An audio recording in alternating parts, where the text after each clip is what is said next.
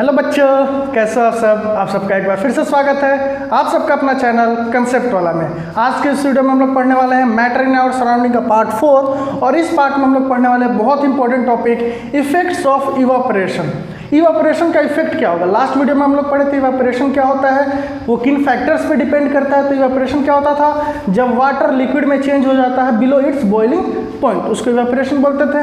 तो इवापोरेशन किन फैक्टर्स पे डिपेंड करता था, तो वो भी पढ़े थे हम लोग, सरफेस एरिया पे, टेम्परेचर पे, विंड पे, ड्राई एयर पे और ह्यूमिडिटी पे।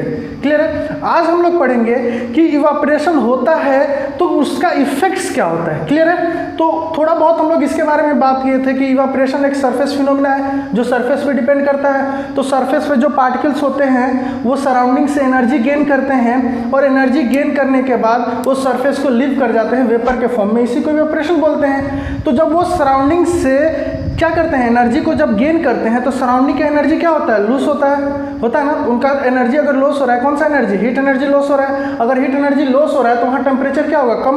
तो वहाँ टेम्परेचर अगर कम होगा तो वो सराउंडिंग को क्या करेगा, कूल करेगा। तो इवापोरेशन का जो इफेक्ट्स होता है वो क्या होता है, इट कॉजेस कूलिंग। इफेक्ट्स क्या होता है, इट कॉजेस कूलिंग। क्लियर है? Evaporation causes cooling because during evaporation the particles of liquid absorbs energy from surrounding to gain and evaporate. Surrounding से वो एनर्जी कर लेते हैं और गेन करते हैं एनर्जी को और सरफेस से क्या कर जाते हैं, इवापोरेट कर जाते हैं।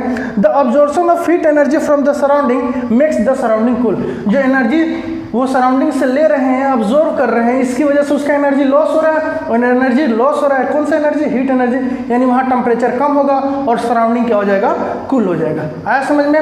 अब इन इफेक्ट्स के ऊपर बहुत सारे क्वेश्चन आते हैं कि ड्यूरिंग समर हम लोग मटका में पानी क्यों रखते हैं, क्योंकि अब हमें पता है कि सराउंडिंग सरफेस जो मटका है उसके सरफेस पे जो वाटर के पार्टिकल्स होंगे वो इवापोरेट हो जाएंगे ना सराउंडिंग से एनर्जी गेन करके। तो वो मटका क्या करेगा, अंदर वाले पार्टिकल्स को सराउंडिंग से एनर्जी गेन किया है तो सराउंडिंग को वो क्या करेगा, कूल करेगा। इसकी वजह से उसके अंदर जो पानी होगा वो क्या हो जाएगा, ठंडा हो जाएगा। क्लियर है? अब एक और क्वेश्चन आता है कि हम लोग कप और एक सॉसर दोनों में चाय रखे हैं, किसमें चाय पीना हमारे लिए ज़्यादा अच्छा होगा। तो कप देखोगे तो कप का जो सरफेस एरिया होता है वो कम होता है और सॉसर का सरफेस एरिया ज़्यादा होता है। तो सॉसर का सरफेस एरिया, सॉसर यानी कि आप प्लेट मान सकते हो, प्लेट का सरफेस एरिया क्या है, ज़्यादा है। तो सरफेस एरिया अगर उसका ज़्यादा है तो इवापोरेशन फास्टर होगा और इवापोरेशन फास्टर होगा तो वहाँ कूलिंग भी क्या होगा, फास्टर, क्योंकि इवापोरेशन किसको कॉज कर रहा है, कूलिंग को। तो वहाँ कूलिंग फास्टर होगा तो वहाँ पे आसानी होगा, किससे, सॉसर में। कप का सरफेस एरिया क्या है, कम है। क्लियर है? आ रहा समझ में क्वेश्चन कैसा आएगा? फिर आता है कि अगर आप पेट्रोल रखते हो पाम पे तो हमें कूलिंग होता है, क्यों, क्योंकि पेट्रोल रखते हैं वो क्या करता है, पाम से हीट एनर्जी को लेता है और इवापोरेट कर जाता है। तो पाम का एनर्जी लॉस हुआ तो पाम कैसा फील होगा, कूल फील होगा ना। समर सीजन में जब आपको स्वेटिंग होता है और जब स्वेट इवापोरेट हो जाता है और अपने बॉडी को टच करते हो तो कूलिंग महसूस होता है, क्यों, क्योंकि वो आपके बॉडी से एनर्जी लेकर के क्या हो चुका है, इवापोरेट हो चुका है और आपकी बॉडी का एनर्जी क्या हो गया, लूज, इसकी वजह से आपको कूलिंग महसूस होता है। क्लियर है? फिर desert cooler, same reason. Desert cooler surrounding से क्या करता है, हीट एनर्जी लेता है और वाटर को इवापोरेट करता है। पंप लगा होता है ना कूलर में, वो कूलर से पानी निकलता है, फिर वो सराउंडिंग से एनर्जी लेकर के इवापोरेट हो जाता है और सराउंडिंग को क्या कर देता है, कूल कर देता है। तो ये सारा फिनोमिना है क्या, इफेक्ट्स ऑफ इवापोरेशन का।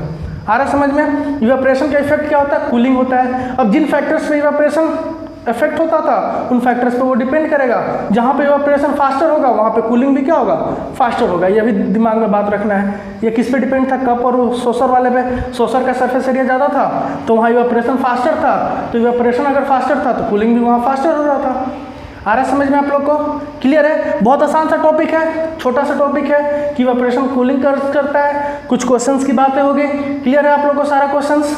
क्लियर है ना? चलिए, फिर होता है समर क्लोथ। समर सीजन में हम लोग कॉटन क्लोथ्स क्यों प्रीफर करते हैं, तो समर सीजन में हीट ज़्यादा होता है, स्वेटिंग ज़्यादा होता है और आप लोग को पता है cotton clothes good observer of water होता है, तो हमारे स्वेट को जल्दी ऑब्जर्व करता है और हीट पड़ने के बाद वो क्या हो जाता है, इवापोरेट हो जाता है, जिसकी वजह से हमें क्या महसूस होगा, कूलिंग महसूस होगा। तो यहाँ पे एक पॉइंट याद रखना है कि cotton clothes are good observer of sweat. Clear है? या वाटर। क्लियर है? जिसकी वजह से वो जल्दी ऑब्जर्व करेगा और इवापोरेट होकर हमें कूलिंग महसूस कराएगा। आ रहा समझ में? नेक्स्ट हम लोग बात करने वाले थे प्लाज्मा और बोस आइंस्टीन कंडेंसेट के बारे में। हमने जब चैप्टर को स्टार्ट किया था, स्टेट्स ऑफ मैटर की बात की थी, तो वहाँ पे मैंने बताया था कि स्टेट्स ऑफ मैटर जो होते हैं वो 5 टाइप्स के होते हैं। हम लोग यहाँ पे 3 पढ़ेंगे, सॉलिड, लिक्विड, गैस, क्योंकि इनके बीच सिमिलैरिटीज होते हैं, इनके प्रॉपर्टीज़ में, इनके कैरेक्टरिस्टिक्स में, जिससे हमें आसान होगा याद करने में, पढ़ने में। इसलिए इन 3 को भी पढ़ते हैं, बाकी 2 हम लोग बाद में पढ़ेंगे। तो वो समय आ चुका है पढ़ने का। बाकी के 2 जो स्टेट होते हैं वो क्या बोले जाते हैं? प्लाज्मा और बोस आइंस्टीन कंडेंसेट। क्लियर है? प्लाज्मा क्या होता है? एक ऐसा स्टेट होता है, ये super energetic, super excited state होता है। यहाँ पे एनर्जी बहुत ज़्यादा होती है, एक्साइटमेंट बहुत ज़्यादा होती है। क्लियर है? यहाँ पे ये जो पार्टिकल्स होते हैं वो आयोनाइज्ड गैस के फॉर्म में होते हैं। किस फॉर्म में होते हैं? Ionized gases.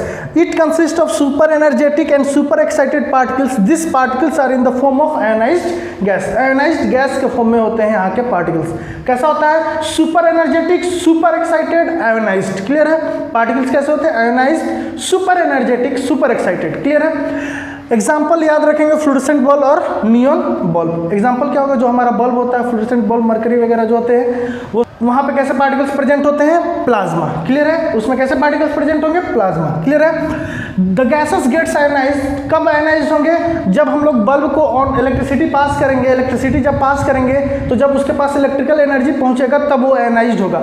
जब वो आयोनाइज्ड होता है तो डिफरेंट टाइप्स के कलर्स को एमिट करता है। वो डिपेंड करता है कि हमारा गैस कौन सा है। अलग अलग टाइप के लिए अलग अलग कलर ऑफ गैसेस रिलीज होते हैं। क्लियर है? गैसेस कलर कब एमिट करेंगे? जब उसमें इलेक्ट्रिकल आयोनाइज कब होगा? जब एनर्जी मिलेगा। आयोनाइज होगा तो वो क्या करेंगे? डिफरेंट कलर्स को शो करेंगे। वो डिफरेंट कलर्स किस पे डिपेंड करेंगे? नेचर ऑफ गैस पे। तो वही पॉइंट लिखा हुआ है, the gases get ionized when electrical energy flows through it. The charging creates growing plasma inside the bulb. वो चार्जिंग क्या करेगा? ग्रोइंग प्लाज्मा को ग्रो कराएगा, आयोनाइज कराएगा। किसमें? बल्ब के अंदर। It glows with different colour. वो डिफरेंट कलर के साथ क्या करेगा? ग्लो करेगा, depending upon the nature of gas. उस गैस के नेचर पे डिपेंड होगा कि उसका कलर क्या होगा। क्लियर है? जो 5th स्टेट है जिसको बोला जाता है बोस आइंस्टीन कंडेंसेट, दोनों लोगों की कुछ सिमिलर, मतलब दोनों लोगों के कुछ अजम्पशंस के बेसिस पे ये प्रॉपर्टी बनाया गया कि अगर हम किसी पार्टिकल को एब्सोल्यूट जीरो पे अगर कंडेंस कर दें, किसी पार्टिकल्स को एब्सोल्यूट जीरो पे कंडेंसेट करेंगे तो वो जो स्टेट कहलाएगा वो कहलाएगा बोस आइंस्टीन कंडेंसेट। ऐसा होता है या नहीं होता है? इसके बारे में ज़्यादा जानकारी अभी नहीं मिल सकता है, नहीं ऐसा कोई जानकारी हम लोग के पास है। क्या बोला गया कि अगर कोई पार्टिकल को क्या करेंगे? कंडेंसेट करेंगे, कूल करेंगे। कहाँ पे? Absolute zero. एब्सोल्यूट जीरो किसको बोलते हैं? -273 केल्विन को। एब्सोल्यूट जीरो किसको बोलते हैं? -273 केल्विन। तो it is form when it is cooled at absolute zero, -273 kelvin पे जब उसको कूलिंग करेंगे तब ये स्टेट क्या होगा? फॉर्म होगा। Due to which the velocity of particle decreases and have very low energy. Plasma highly energetic, highly excited. ये क्या है? लो एनर्जी, बहुत लो एनर्जी पे बहुत ज़्यादा कूलिंग कर दिया, बहुत ज़्यादा। 273 केल्विन, -273 केल्विन। आ रहा समझ में? आ रहा है ना? तो इस टेम्परेचर को हम लोग बोलते हैं एब्सोल्यूट जीरो। तो इस टेम्परेचर पे अगर कूलिंग करेंगे तो वहाँ के जो पार्टिकल्स होंगे बहुत लो एनर्जी होगा, उनका एनर्जी बहुत लो होगा, वेलोसिटी भी बहुत उनका क्या होगा? लो होगा। तो उस स्टेट को हम लोग बोलेंगे बोस आइंस्टीन कंडेंसेट। इसके बारे में अभी भी खोज चल रहा है, ऐसा कोई निष्कर्ष अभी तक नहीं निकला है, बट ये स्टेट ऐसा एजम्पशन में लिया गया है। तो टोटल कितने स्टेट हो गए? 5। Solid, liquid, gas, plasma. Plasma super excited, just उसका ऑपोजिट क्या है? Bose Einstein condensate. इसी स्टेट से ये स्टेट का दिमाग में बातें आई थी कि अगर कोई पार्टिकल सुपर एक्साइटेड में हो सकता है हीट करने पे, इलेक्ट्रिकल एनर्जी पास करने पे, तो ऐसा भी तो एक स्टेट हो सकता है जब उसको बहुत ज़्यादा कूल करेंगे, कूल करते करते करते एब्सोल्यूट जीरो तक कूल कर देंगे तो वहाँ भी तो एक स्टेट बनेगा ना। तो उस स्टेट को उन्होंने क्या बोल दिया? Bose Einstein condensate. वो अगर सुपर एक्साइटेड एनर्जी में है तो वो बहुत लो एनर्जी में होगा। क्लियर है? तो ये था आपके चैप्टर का लास्ट टॉपिक। आप लोग का आज चैप्टर कंप्लीट होता है, मैटर इन सराउंडिंग। अगर चैप्टर पढ़ के मजा आया होगा, चैप्टर अच्छा लगा होगा तो वीडियो को लाइक कीजिएगा, चैनल को सब्सक्राइब कीजिएगा, बेल आइकन को प्रेस कीजिएगा ताकि मेरा आगे आने वाले हर वीडियो का नोटिफिकेशन आपको मिलता रहे। Thank you.